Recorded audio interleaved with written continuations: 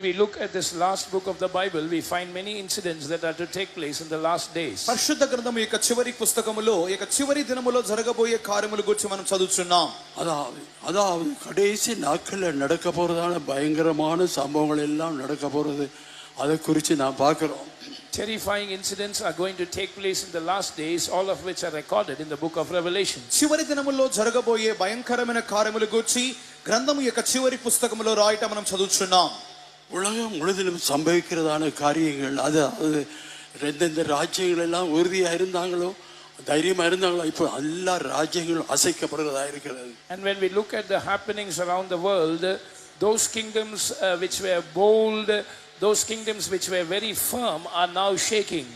లోకములోని సంభవములు మనం గమనించినప్పుడు ఈ యొక్క లోకములోని అనేకమైన శక్తివంతమైనటువంటి గొప్ప రాజ్యములన్నీ ఇప్పుడు కదల్చబడుచు ఉన్నవి. கர்த்தருடைய நாமத்துக்கு மகிமை உண்டாகட்டும். Glory be to the name of the Lord. దేవుని నామ మహిమ కలుగును గాక. எங்களுடைய அதாவது 25ஆம் தேதி வாட்ச் நைட் சர்வீஸ், அதாவது ராத்திரி நடக்கிற நேரத்தில் அவர் தீர்க்க தரிசனம் சொன்னாங்க. இந்த தீர்க்க தரிசனம் சொன்னாங்க, During the watch night service, there was a prophecy. సంపూర్ణ రాత్రి ప్రార్థన నందు ఒక ప్రవచనం వచ్చెను. நான் தேசத்தை கொஞ்சம் கொஞ்சமா அழிக்க போகிறேன். I am going to destroy the land little by little. దేశములను కొద్ది కొద్దిగా నేను నాశనం చేయుదును. ஆமென். கர்த்தருடைய நாமத்துக்கு மகிமை உண்டாகட்டும். Glory be to the name of the Lord. దేవుని నామ మహిమ కలుగును గాక.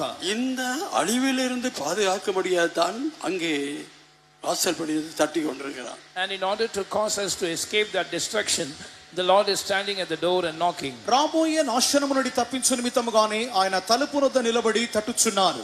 கர்த்தருடைய நாமத்துக்கு மகிமை உண்டாகட்டும்.